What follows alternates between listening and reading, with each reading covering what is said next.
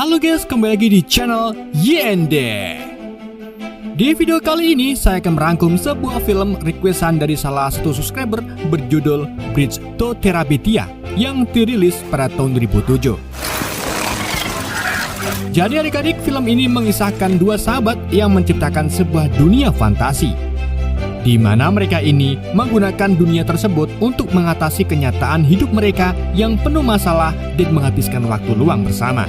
Bagaimana keseluruhan ceritanya? Daripada penasaran, mari kita simak alur ceritanya.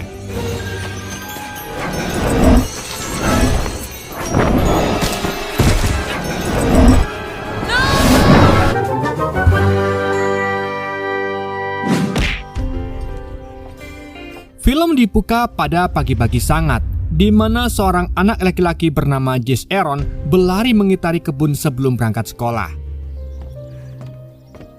Setelah berlari, Jesse kembali ke rumahnya untuk sarapan bersama keluarganya yang sudah 1 tahun ini mengalami kesulitan dalam keuangan.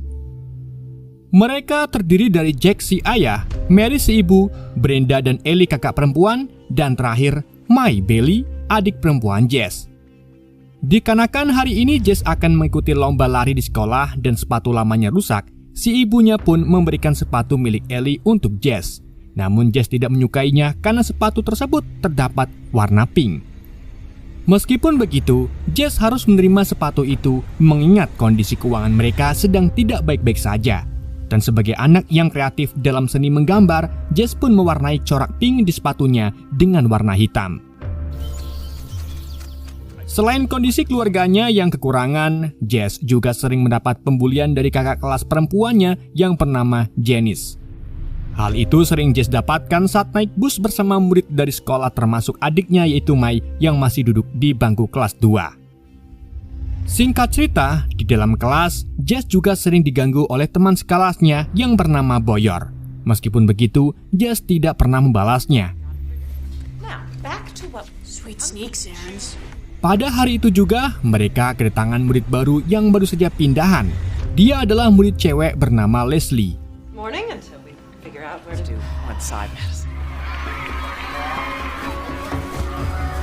Setelah pelajaran pertama selesai, lomba lari pun diadakan. Dalam lomba lari itu, Jesse sedikit terkejut karena Leslie juga ikut lomba meski baru masuk sekolah. Saat lomba lari dimulai, Jesse berlari sangat kencang hingga berada di posisi paling depan. Namun, saat hampir sampai di garis finish, Jesse dibuat terkejut karena Leslie entah bagaimana berhasil mendahuluinya dan memenangkan lomba tersebut. Meskipun begitu, Leslie bukan anak yang sombong, di mana ia mengulurkan tangannya untuk mengajak Jesse berteman. Sepulang sekolah, tepatnya saat turun dari bus, Jesse dan Mai baru menyadari kalau ternyata rumah baru Leslie dekat dengan rumah Jesse, yang artinya mereka ini adalah tetanggaan.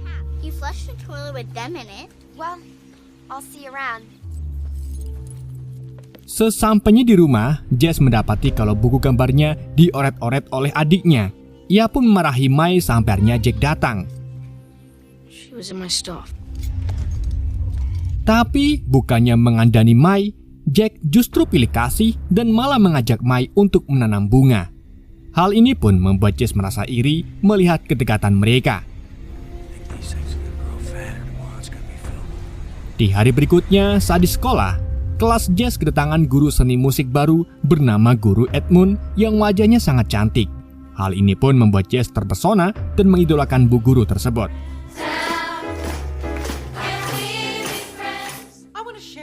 Di hari berikutnya lagi, saat kelas diisi oleh bu wali kelas yang galak, Leslie ditunjuk maju untuk membacakan esai buatannya, di mana esai itu menceritakan pengalaman Leslie saat menyelam dan melihat banyak ikan. I'm a scuba diver. The place where I have come from, full of silver fish weight, wobbling like little jellyfishes. Setelah itu, bu wali kelas kemudian memberi tugas anak-anak untuk menonton acara televisi tentang menyelam nanti malam. Di sini Leslie mengajukan protes kalau dirinya tidak bisa mengerjakan tugas tersebut karena di rumahnya tak ada TV. Mendengar hal itu, semua murid pun menertawakan Leslie karena hanya Leslie lah yang tidak memiliki TV di rumah. Tentu saja ejekan teman-temannya membuat Leslie mutung. Bahkan saking mutungnya, saat hendak pulang, Leslie secara tidak sadar duduk di kursi bus belakang yang menjadi tempat duduknya Janice. Untungnya sebelum Janice tiba, Jess segera menarik Leslie ke kursinya sehingga Leslie terhindar dari amukan Janice. Setelah turun dari bus, Jess kemudian mengajak Leslie bermain di hutan.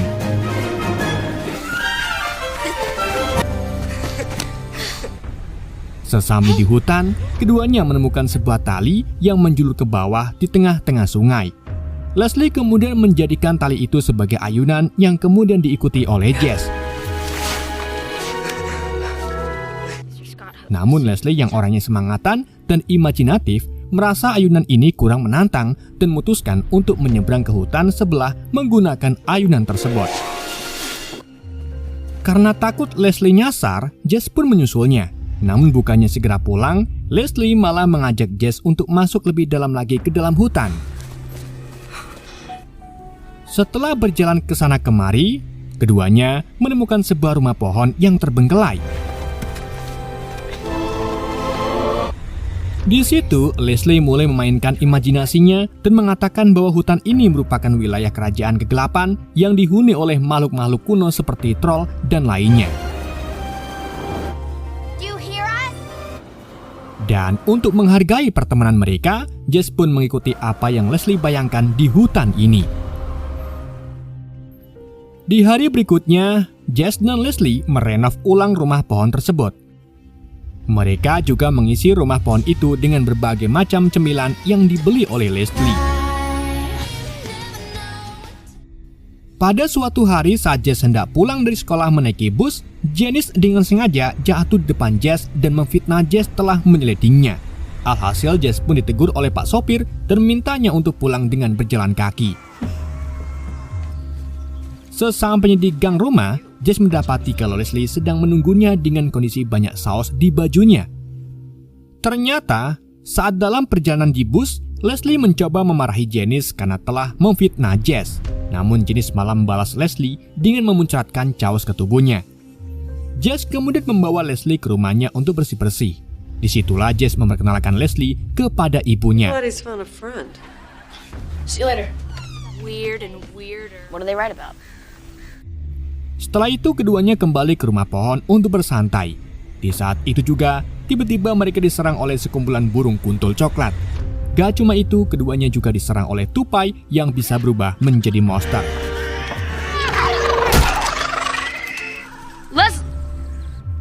Setelah mengalahkan hewan-hewan aneh, keduanya menyusuri hutan dan menemukan sebuah pemandangan yang indah.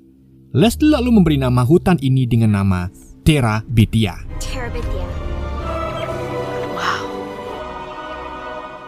Di keesokan harinya saat bangun tidur, Jess mendapat kejutan dari keluarganya karena hari ini adalah hari ulang tahunnya. Meski keadaan sedang kekurangan, Jack sebagai ayah membelikan mainan Hot Wheels KW kepada Jess. Di saat itu juga mereka mendengar suara gaduh di rumah kaca. Jack dan Jess pun pergi ke sana dan mendapati tanaman sayuran mereka baru saja dimakan oleh lenggarangan. Jack tentu saja merasa kesal karena tanaman sayuran ini sumber penghasilan mereka. Ia pun memasang jebakan dan berniat membunuh lenggarangan tersebut jika tertangkap.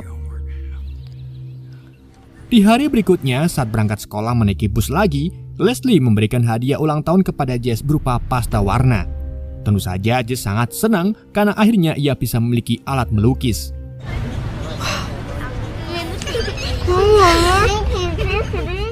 Sepulang sekolah, keduanya kemudian bermain di rumah pohon seperti biasanya.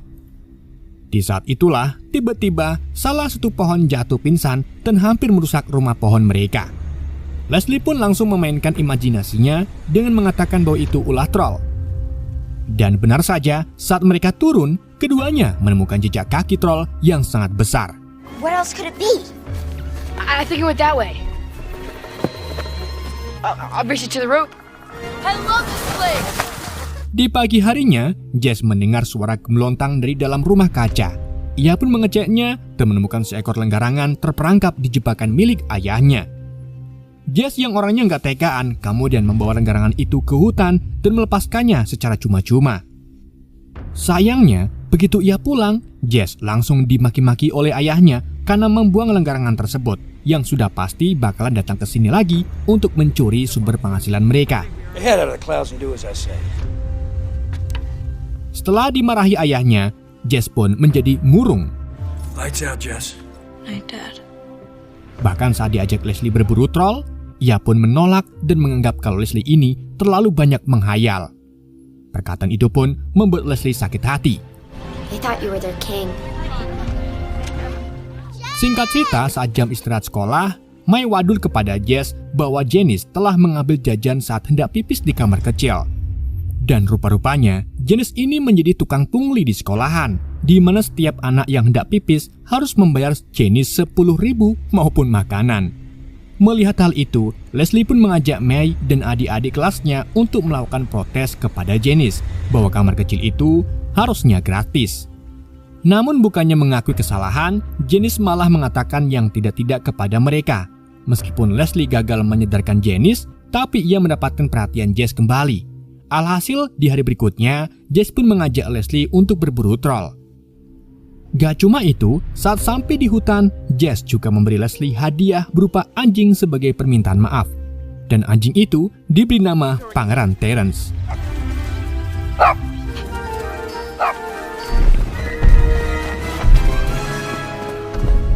Saat sedang bersantai di rumah pohon, keduanya berencana menjahili Janice dengan membuat surat cinta palsu dari cowok idaman Janice, yaitu Nicole. Di keesokan harinya, saat jam istirahat tiba, Jess masuk ke dalam kelas Janice dan meletakkan surat cinta itu ke dalam bukunya. Dan begitu kelas selesai, Jess dan beberapa murid dalam bus melihat Janice mencoba mendekati Nicole. Namun di situ, Nicole terlihat kebingungan dan menolak mentah-mentah Janice. Dari situlah Jess dan Mai pertama kalinya melihat Janice merasa sedih. Didn't really know he's totally in love with you.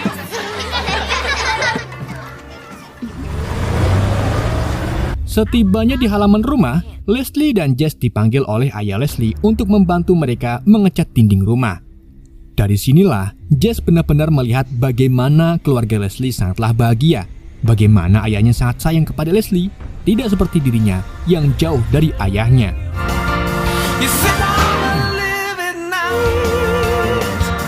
Wow. What did I tell you? Di hari berikutnya saat hendak masuk kelas, Jess dan Leslie mendengar kalau Janice nangis terseduh-seduh di dalam kamar mandi. Merasa bersalah atas tindakan mereka kemarin, Jess pun minta Leslie untuk menenangkan Janice. Singkat cerita, sepulang sekolah, keduanya pergi ke hutan seperti biasa. Di sana Leslie mengungkapkan bahwa alasan Janice menangis bukan karena ditolak Nicole, melainkan mendapat perlakuan kasar dari ayahnya. Kabar ini pun menyebar kemana-mana sehingga banyak teman-teman kelasnya mengajak Janice tentang kelakuan ayahnya. Yeah. What now? I think it'd be cool. See ya. Singkat cerita, saat di rumah, Jack yang sedang dandani plafon memberikan kunci penyimpanan perkakas kepada Jess dan mintanya untuk mengambilkan bor. Di sana, ada Mai yang sedang merawat tanaman bunganya dengan cara menyirami pupuk terus-menerus. Jess pun mengajaknya dan menyarankan agar Mai meletakkan tanaman itu di bawah sinar matahari. Ever thought of putting him in the sun? Di keesokan harinya, Jack mendapati kalau kunci perkakasnya tak ada. Jack pun menyalahkan Jess dan mintanya untuk mencari kunci tersebut. Pay for it. How about that? Saat berangkat sekolah, Leslie memberitahu Jess bahwa dirinya tahu di mana kunci perkakas itu. Leslie mengaku mendapatkan kunci perkakas itu dari Mai yang sengaja mengambil kunci itu sebagai balasan karena telah mengejeknya. Waiting for the right time. You know where the keys are? Sepulang sekolah, Leslie mengajak Jess ke rumah pohon di mana di sanalah kunci perkakas itu disimpan. Namun, sebelum sampai di sana, keduanya diserang oleh monster tupai dan burung kuntul.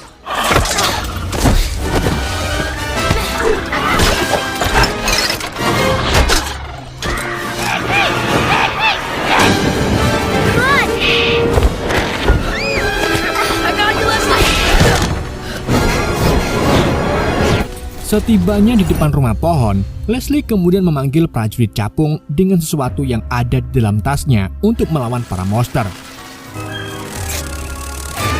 Wow.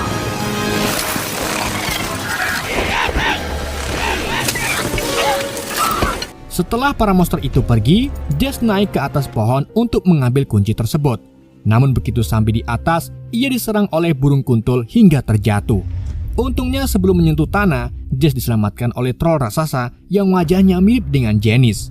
Seolah-olah ini memberi pesan bahwa Janice sudah sadar dengan semua perilakunya terhadap Jess.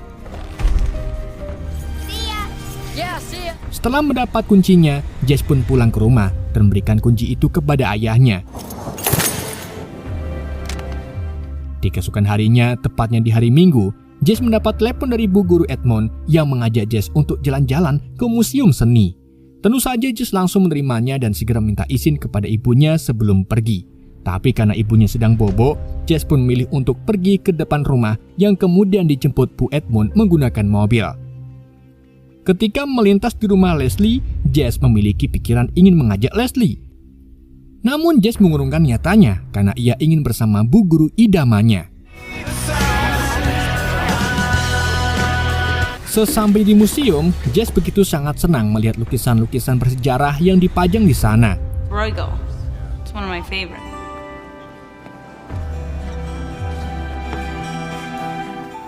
Setelah seharian jalan-jalan, Bu Edmond pun mengantarkan Jess pulang ke rumahnya. Dan begitu Jess tiba di rumah, Jess mendapati kalau semua keluarganya terlihat sangat ketakutan dan khawatir dengan Jess. Dan disitulah Jack memberi kabar buruk kepada Jess bahwa Leslie meninggal akibat jatuh dari ayunan tali dan tenggelam ke sungai.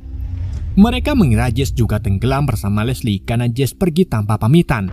Mendengar kabar itu, Jess pun tak percaya dan langsung pergi ke rumah Leslie. Namun begitu melihat rumah Leslie dipenuhi polisi dan orang-orang, ia pun berpercaya tentang apa yang menimpa Leslie. Jess kemudian kembali ke rumah dan mengunci diri di dalam kamar. Ia mengambil buku gambar dan melihat kembali gambar Leslie yang sebelumnya ia buat.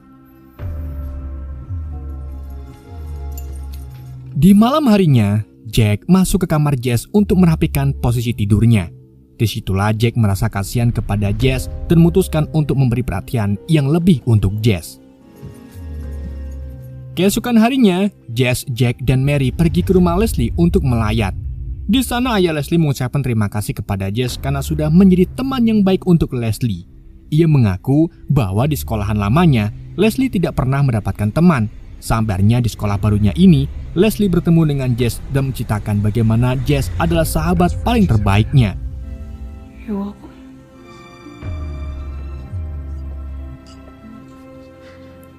Di hari berikutnya, Jess berangkat sekolah seperti biasa, tapi kali ini Jess benar-benar tidak memperhatikan pelajaran dan masih memikirkan tentang Leslie. Di saat itu juga Boyer mengejek Jess tentang kepergian Leslie yang kemudian langsung dipukul oleh Jess. Jess pun dipanggil Bu Wali Kelas, di mana Bu Wali Kelas itu mengungkapkan bahwa Jess harus melupakan Leslie. Kept trying to help me to forget. But I didn't want to forget. I don't get students like her too often. It must be for you. Singkat cerita, sepulang sekolah, Jess menitipkan tasnya ke Mai dan pergi ke hutan seorang diri untuk mengenang Leslie. Di sana, Jess menemukan sebuah pohon tumbang yang melintang di tengah sungai, seolah-olah alam memberi Jess jembatan. Gak lama setelah menyeberang, Jess mendengar suara Leslie memanggil namanya. Ia pun mencari sumber suara tersebut dan ternyata suara itu dari Mai yang hampir jatuh di jembatan pohon. Ia pun mengusir Mai yang membuat Mai menangis dan mengadu kepada ayahnya. Sementara itu, Jess mendatangi rumah pohon yang di dalamnya masih ada barang-barang milik Leslie. Beberapa saat kemudian, Jess melihat bayangan hitam di balik pepohonan. Ia pun langsung berlari ketakutan menuju jembatan. Namun di tengah itu, Jess kesandung dan ternyata bayangan itu adalah ayahnya yang langsung memeluk Jess. Jess mengungkapkan kepada ayahnya bahwa semua ini salahnya. Andai saja dirinya mengajak Leslie jalan-jalan ke museum, mungkin saja Leslie tidak mati. Si ayah pun menenangkan Jess bahwa Jess tidak salah dan semua ini sudah menjadi takdir Tuhan. That's how you keep her alive. Di hari berikutnya, Jess membangun jembatan menuju ke Terabithia menggunakan papan kayu.